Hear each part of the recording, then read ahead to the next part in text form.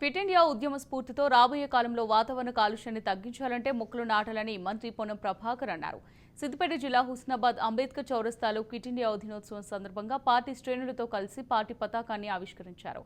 నేడు చారిత్రాత్మకమైన రోజన్నారు. బ్రిటిష్ వారు మన దేశం నుంచి వదిలి వెళ్లాలని శాంతియుతంగా మహాత్మా గాంధీ నాయకత్వంలో క్విట్ ఇండియా ఉద్యమం చేశారని గుర్తు చేశారు.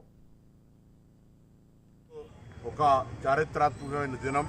ఆనాడు ఆంగ్లేయుల చేతిలో బందీ అయిన భారతదేశాన్ని వెళ్ళమని శాంతియుతంగా మహాత్మా గాంధీ గారి నాయకత్వంలో బాంబేలో జరిగినటువంటి కాంగ్రెస్ సమావేశంలో నిర్ణయం తీసుకొని క్విట్ ఇండియా అనే నినాదంతో ప్రారంభించినటువంటి మహోద్యమానికి ఇలా ఈ యొక్క రోజు మనం అందరూ కూడా మరొకసారి స్మరించుకోవాల్సిన అవసరం ఉంది. మనం రాబోయే కాలానికి పారిశుద్ధ్యాన్ని లేదా వాతావరణ కాలుష్యాన్ని నుంచి బయటపడాలంటే ప్రతి ఒక్కరూ ప్లాంటేషన్ చేసుకోవాలి.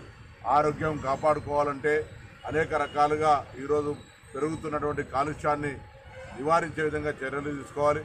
ఉత్పత్తికి సంబంధించి కావచ్చు లేదా అనేక అంశాలకు సంబంధించి భారతదేశాన్ని అఖండ భారతదేశంగా ఐక్యంగా అభివృద్ధి దేశంగా తీసుకుపోవడానికి ఇంత కష్టపడి సాధించుకున్న స్వతంత్రం దేశంలో మనందరం కూడా మన బాధ్యతగా మనకు వచ్చినటువంటి అవకాశాన్ని శ్రమను పడి అన్ని రకాల ముందుకు తీసుకునే ప్రయత్నం చేయాలని సందర్భంగా ఆకాంక్షిస్తూ ఈ ఒక పోరాటంలో క్విట్ ఇండియా పోరాటం కూడా ఆంగ్లేయులు అణిచివేసేటువంటి సందర్భంలో అమరులైన వారందరికీ నివాళులు అర్పిస్తూ వారికి శ్రద్ధాంజలి ఘటిస్తూ వారు ఇచ్చినటువంటి స్వతంత్ర వేడుకలు స్వతంత్ర బలాలు అందరూ కూడా చేరే విధంగా అందరూ బాధ్యతగా వివరించాలని ఆకాంక్ష.